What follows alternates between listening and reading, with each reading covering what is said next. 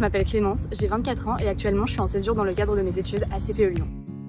Après le bac, j'ai décidé de rejoindre les classes préparatoires à CPE Lyon et ensuite je suis rentrée en 3e année en filière chimie et génie des procédés. Et j'ai choisi cette filière parce que ce qui m'attirait c'est la majeure formulation en dernière année.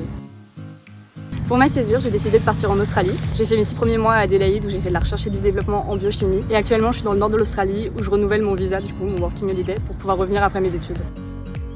L'entreprise où j'ai fait mon stage s'appelle Biosensis, donc c'est une compagnie qui est spécialisée dans la vente de protéines, d'anticorps et notamment de kits ELISA. C'est des kits qui permettent la détection de maladies neurodégénératives. Et pendant mon stage, j'ai eu 2 projets. Donc le premier, ça a été de développer un nouveau kit pour pouvoir l'ajouter au portfolio de l'entreprise. Et le deuxième, j'ai dû produire des anticorps à partir de cultures cellulaires et pour pouvoir les vendre à une autre entreprise dans le New South Wales.